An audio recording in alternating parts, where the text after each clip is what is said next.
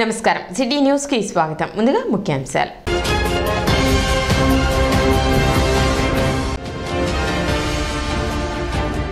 మురిపాలెం గ్రామంలో super star Krishna సంస్మరణ సభ నివాళులు అర్పించిన పలువురు రాజకీయ పార్టీ నేతలు, కృష్ణ అభిమానులు.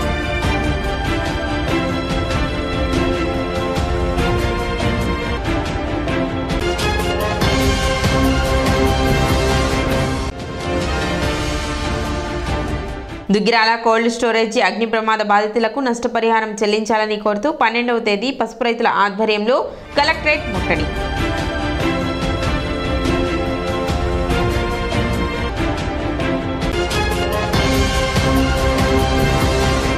దివంగత మాజీ ప్రధాని పివి నరసింహారావుకు భారతరత్న రావటం ప్రతి తెలుగువారు గర్వించదగ్గ అంశమని ఎమ్మెల్యే అన్నాబత్తుని శివకుమార్ అన్నారు. పివి నరసింహారావుకు కేంద్ర ప్రభుత్వం భారతరత్న ప్రకటించడం పట్ల హర్షం వ్యక్తం చేస్తూ బ్రాహ్మణ పరిషత్ ఆధ్వర్యంలో ఆదివారం బోస్ రోడ్ నుండి గాంధీ చౌక్ వరకు ర్యాలీ నిర్వహించి స్వరాజ్ సెంటర్ వద్ద గల పివి విగ్రహానికి నివాళులు అర్పించారు. ఈ కార్యక్రమంలో ఎమ్మెల్యే అన్నాబత్తుని శివకుమార్ ముఖ్య అతిథిగా పాల్గొని పివి నరసింహారావుకు నివాళులు అర్పించారు. ఈ సందర్భంగా ఆయన మాట్లాడుతూ, నేడు భారతదేశంలో అగ్రగామిగా వెలుగొందుతుంది అంటే నాడు ప్రధానిగా పివి నరసింహారావు చేసిన సంస్కరణలే దానికి కారణమన్నారు.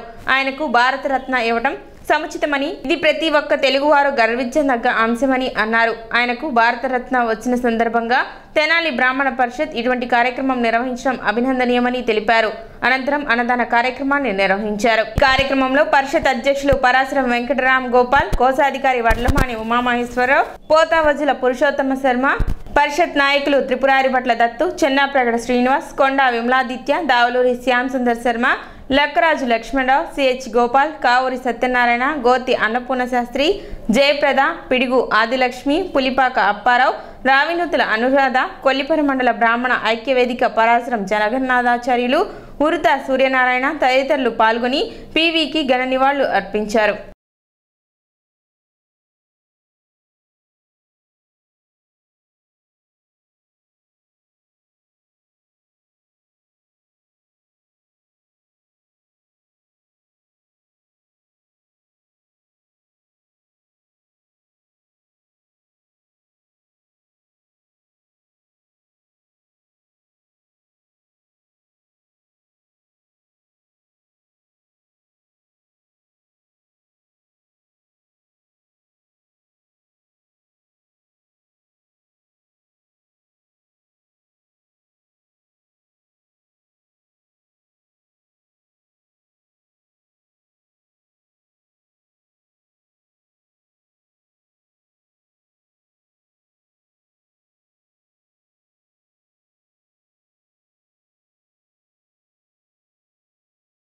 ఈరోజు భారతదేశం ప్రపంచంలో అగ్రగామి దేశంగా వెలుగొందటానికి ప్రధాన కారణం భారత మాజీ ప్రధానమంత్రిగా పనిచేసిన పివి నరసింహారావు గారి ఆర్థిక సంస్కరణలు. అటువంటి పివి నరసింహారావు గారికి ఈరోజు భారతరత్న అవార్డు ఇవ్వటం నిజంగా సంతోషపడుతూ, తెనాలి బ్రాహ్మణ పరిషత్ ఈ ప్రాంతంలో బ్రాహ్మణుల యొక్క అనేక రకాల యాక్టివిటీస్లో, అలాగే బ్రాహ్మణ పరిషత్ ద్వారా సమాజానికి, సంఘానికి ఉపయోగపడే విధంగా రాష్ట్రంలోనే తెనాలి బ్రాహ్మణ పరిషత్ ఎంతో మంచి కార్యక్రమాలను నిర్వర్తిస్తూ ఈరోజు పివి నరసింహారావు గారికి భారతరత్న ఇచ్చిన సందర్భంగా వారి యొక్క విగ్రహానికి తెనాలి బ్రాహ్మణ పరిషత్ ఆధ్వర్యంలో గొప్ప కార్యక్రమాన్ని ఏర్పాటు చేసి అన్నదానాన్ని ఏర్పాటు చేసే ఈ రెండు ఎంతో సంతోషిస్తూ ఉంటాం.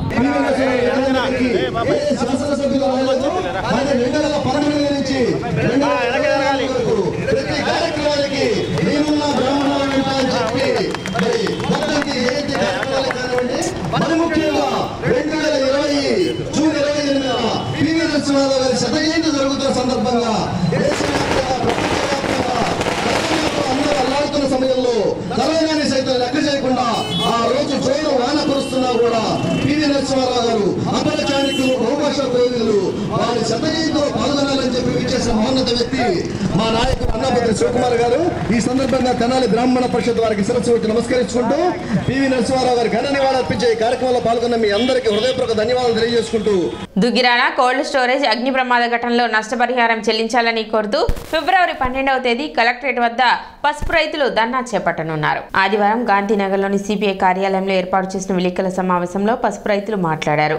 సరుకు మొత్తం కాలిపోయి వందలాది మంది రైతు కుటుంబాలు సర్వస్వం కోల్పోయి దిక్కుతోచని స్థితిలో ఉన్నారని, ఈ విషయంపై ప్రభుత్వం ఎటువంటి విచారణ చేయకపోవడంతో పసుపు రైతులు 12వ తేదీ నష్టపరిహారం చెల్లించాలని కోరుతూ గుంటూరు కలెక్టరేట్ వద్ద ధర్నా నిర్వహిస్తున్నట్లు ఆంధ్రప్రదేశ్ కౌలు రైతు సంఘం రాష్ట్ర అధ్యక్షులు యార్లగడ్డ వెంకటేశ్వరరావు, రాష్ట్ర ప్రధాన కార్యదర్శి పి జమలయ్య తెలిపారు. రాష్ట్ర ప్రభుత్వం అగ్ని బాధిత పసుపు రైతులను ఆదుకోవడానికి తక్షణమే చర్యలు చేపట్టాలని చెప్పేసి రాష్ట్ర ప్రభుత్వం డిమాండ్ చేస్తాము. జనవరి 19వ తేదీన శుభం మహేశ్వరి కోల్డ్ స్టోరేజ్లో అగ్ని ప్రమాదం జరిగింది.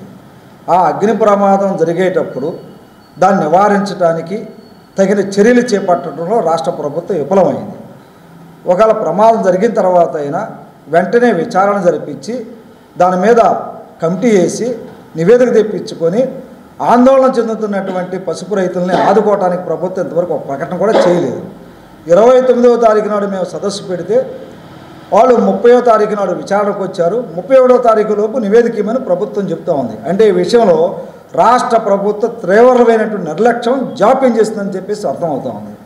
మేము ఈ సందర్భంగా రాష్ట్ర ప్రభుత్వం అడిగేదేనంటే రాష్ట్ర ప్రభుత్వం వెంటనే స్పందించి తక్షణమే ఈ పసుపు బాధిత రైతులు ఎవరైతే ఉన్నారో అగ్ని ప్రమాదంలో గురై నష్టపోయిన వాళ్ళు దాదాపు 115,15,000 బస్తాలు, దాదాపు 120 కోట్ల రూపాయలు విలువైనటువంటి పసుపు సంపద దెబ్బతినిపోయింది. 700 మంది రైతులు పైగా ఉన్నారు. మరి వీళ్ళు ఎంత తీవ్ర ఆందోళన చెందుతుంటే రాష్ట్ర ప్రభుత్వం స్పందించే విషయంలో సరైనటువంటి విధంగా వ్యవహరించలేదని అర్థమవుతుంది. కాబట్టి తక్షణమే దానికి ఇన్సూరెన్సు డబ్బులు వచ్చే లోపు ఈ ఆందోళన చెందుతున్నటువంటి ఆవేదన చెందుతున్నటువంటి ఈ అగ్ని ప్రమాద పశు బాధిత రైతులకు నష్టపరిహారం చెల్లించాలని డిమాండ్ చేస్తూ ఉన్నాం. సమావేశంలో చందు సత్యనారాయణ, నాగేశ్వరరావు రెడ్డి, పేని రవికిషోర్, కోటేశ్వరరావు తదితరులు పాల్గొన్నారు. మేము దుగ్గిరాల కోల్డ్ స్టోరేజ్ శుభమహేశ్వరి కోల్డ్ స్టోరేజ్లో పసుపు పెట్టుకొని అది 19వ తారీఖు తగలాడిపోయి దానివల్ల వచ్చిన నష్టం మూలాన ఏమి చేయాలో దిక్కుతోలని పరిస్థితుల్లో మేము ఉన్నాం. ఇలాంటి సిచ్యువేషన్లో అసలు గవర్నమెంట్ కానీ ఈ రోజు వరకు కూడా ఇప్పుడు కూడా దుగ్గిరాల కోల్డ్ స్టోరేజ్ ఇంకా తగలాడుతూనే ఉంది. 23 రోజులు అయిపోయినా కానీ ఇంకా తగలాడిపోతామంటే మనం ఫైర్ డివిజన్ కానీ ఇంకా గవర్నమెంట్ డివిజన్లు ఏం పనిచేస్తున్నాయి ఏంటి అనేది ఎవరికి అర్థం కాని సిచ్యువేషన్లో మేము రైతులందరూ ఉన్నాం. ఇలాంటి పరిస్థితి నుంచి మమ్మల్ని గట్టెక్కించి మాకు ఏదైనా న్యాయం గవర్నమెంట్ నుంచి వస్తుందా రాదా, అసలు గవర్నమెంట్ అనేది పట్టించుకుంటుందా లేదా, రైతు అనేవాడు వీళ్ళకి దృష్టిలో ఉన్నాడా లేడా, ప్రతి ఒక్కళ్ళని రైతే రాజు అనే పరిస్థితి నుంచి రైతే వీళ్ళు అసలు పట్టించుకొని పరిస్థితిలోకి తీసుకెళ్ళిపోయారంటే ఇప్పుడు తగలడిపోయే కోల్డ్ స్టోరేజ్ని ఆపడానికి 23 రోజులు పడతాం ఏంటండి. అసలు ఎవడన్నా ఉన్నాడా, గవర్నమెంట్ డిపార్ట్మెంట్ అనేది పనిచేస్తుందా పని చేయట్లేదా. మేమందరం రేపొద్దున 12వ తారీఖు మేము కలెక్టరేట్ ముట్టడికి ప్లాన్ చేసాం. రైతులందరం మేమందరం ఉమ్మడిగా కార్యాచరణగా సిపిఐ, సిపిఎం, తెలుగుదేశం పార్టీ ఇంకా వేరే కలిసి వచ్చే పార్టీలన్నీ కలిసి ప్రతి ఒక్కళ్ళు కూడా రేపొద్దున కలెక్టరేట్ ముట్టడికి ప్లాన్ చేశారు రైతులందరూ. ఆయన వచ్చి రైతులకి మనోధైర్యం కల్పించాల్సిన బాధ్యత ఆయన మీద ఉంది. అదేవిధంగా ప్రభుత్వ అధికారులు కూడా ఇప్పటివరకు వాళ్ళు ఏదో కమిషన్ వేసాము, విచారణ జరుగుతుంది అని ఒక కాలయాపన కబుర్లు చెప్తున్నారు తప్పితే ప్రత్యక్షంగా రైతులకి ఎటువంటి మనోధైర్యం కల్పించేటటువంటి మాటలు ఇంతవరకు కూడా ఏ ప్రభుత్వ అధికారి నుంచి కూడా రాలేదు. దాని మీద రైతులందరూ కూడా తీవ్రమైన ఆవేదనతో ఉన్నారు. వాళ్ళు 2-3 సంవత్సరాల నుంచి పండించిన పంటలను కూడా దాంట్లో పెట్టుకొని అన్నీ ఒకసారి వస్తాయి, ఈ సంవత్సరం ధరలు కూడా కొంచెం ఆశాజనకంగా ఉన్నాయి, పెరుగుతూ ఉన్నాయి, రేపు అమ్ముకుందాం ఎల్లుండి అమ్ముకుందాం అని ఆశపడుతున్న తరుణంలో ఈ విపత్తు సంభవించడం వాళ్ళ ఆశల మీద నీళ్లు పోసినట్టు అయింది. దీన్ని ప్రభుత్వం పరిగణనలో తీసుకొని రైతులకి ఎటువంటి ఇబ్బంది కలగకుండా, నష్టం కలగకుండా నష్టపరిహారం ప్రకటించాలని చెప్పేసి ఈ కాలయాపన కమిషన్లు పక్కన పెట్టి ప్రభుత్వం విపత్తుల నిధి నుంచి ఈ రైతులకి కొంత అమౌంట్ కేటాయించి రైతులకు మనోధైర్యం కల్పించాల్సిన బాధ్యత ప్రభుత్వం మీద ఉందని చెప్పేసి ఈ సందర్భంగా మేము డిమాండ్ చేస్తూ ఉన్నాం. దానిలో భాగంగానే రేపు అనగా 12వ తారీఖు ఉదయం 12 గంటలకు గుంటూరు కలెక్టర్ ఆఫీసు వద్ద ఈ రైతులందరితోటి కలిసి పెద్ద ఎత్తున ఈ ధర్నా కార్యక్రమాన్ని కూడా చేపడుతున్నాం. రజిక ఐలమ్మ పార్క్ వాకర్స్ అసోసియేషన్ ఆధ్వర్యంలో ఉచిత వైద్య శిబిరం నిర్వహించారు. ఆదివారం పార్క్ ఆవరణలో నిర్వహించిన ఈ ఉచిత వైద్య శిబిరాన్ని పుర ప్రజలు సద్వినియోగం చేసుకున్నారు. అమ్మ హాస్పిటల్ వారి సౌజన్యంతో నిర్వహించిన షుగర్, బీపీ, రక్త పరీక్షలు తదితర వైద్య పరీక్షలు నిర్వహించి అవసరమైన వారికి ఉచితంగా మందులను పంపిణీ చేశారు. కార్యక్రమంలో అసోసియేషన్ అధ్యక్షులు డాక్టర్ శివప్రసాద్, గౌరవ అధ్యక్షులు మునిపల్లి ప్రసాద్, ఉపాధ్యక్షులు అర్జునరావు, సెక్రటరీ కొంగర శివనాగేశ్వరరావు తదితరులు పాల్గొన్నారు.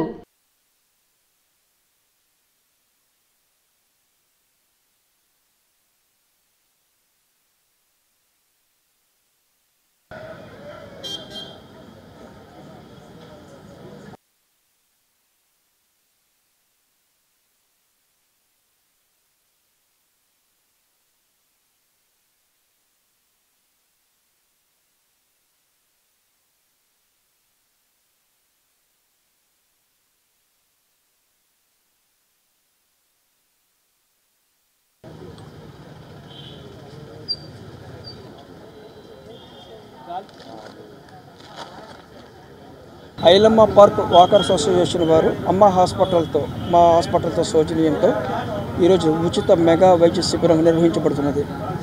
గౌరవాధ్యక్షులు ప్రసాద్ గారు, కార్యదర్శి నాగేశ్వరరావు గారు ఇందులో పాల్గొన్నారు. ఈ చుట్టుపక్కల ప్రజలు, చుట్టుపక్కల వార్డు ప్రజలు అందరికీ ఉపయోగపడాలని ఉచిత వైద్య పరీక్షలు, ఉచితంగా మందులు, ఇక మిగతా డాక్టర్స్ కూడా వస్తారు. అందరూ మా వైద్య బృందం అందరం వాళ్ళందరికీ ఉచిత వైద్య సేవలు. తర్వాత ఈ చీటీ తీసుకుని మా హాస్పిటల్స్కి వస్తే మేము మళ్ళీ వాళ్ళకి ఫ్రీగా ట్రీట్మెంట్ చేస్తాం, వాళ్ళకి కావాల్సినవన్నీ చేస్తాము. ఈ అవకాశం అందరూ వినియోగించుకోవాలని మున్సిపల్ కమిషనర్ గారు కూడా మమ్మల్ని కోరడం జరిగింది. ఇటువంటి శిబిరం పెట్టండి అని. వారు కాసేపట్లో వస్తారు. ఇప్పుడు చిన్న విరామం.